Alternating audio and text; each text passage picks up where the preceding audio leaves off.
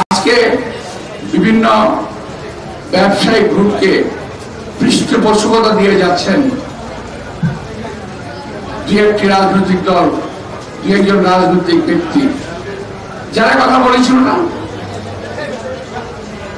অত্যন্ত অসম্ভব তোমাকে চাই, অর্থাৎ হাসিনাকে চাই 3 তারিখে বলেছিল।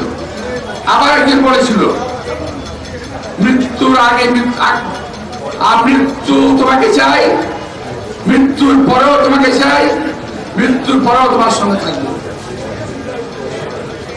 খেয়াল আছে?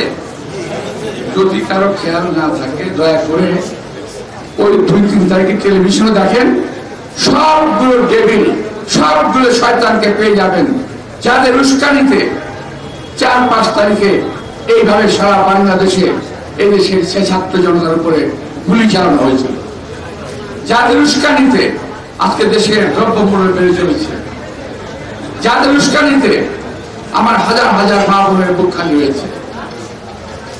ওই উস্কানি তাদের ধরছে না, কারণ ওদের সবার সঙ্গে হাত মিলিয়ে ফেলেছেন বিশেষ একটি রাজনৈতিক দল, যারা বারবার আমাদের দোষারোপ করে।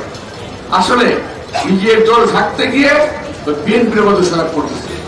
এখন থেকে আমাদের কাজ হবে ওই ধরনের ভণ্ড রাজনৈতিক দলগুলোকে, যারা লেবাস করে অন্য দলকে দোষারোপ করার চেষ্টা করে, তাদেরকে জনগণের সামনে উন্মোচন করে দেওয়া, তাদের প্রকৃত অবস্থা দেশবাসীর সামনে তুলে ধরা।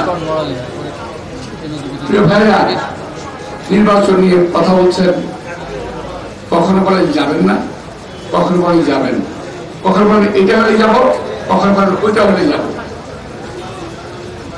আরে ভাই, আপনাদের ভুল সিদ্ধান্তের কারণে মনে হচ্ছে 2008 সালে বিএনপি এবং আমরা জোট নির্বাচনে গিয়েছিল, তার ফলশ্রুতিতে বাংলাদেশের অনেক নামি দামি, অনেক বিখ্যাত প্রখ্যাত মনীষীকে প্রাণ দিতে হয়েছে ফাঁসির কাছে।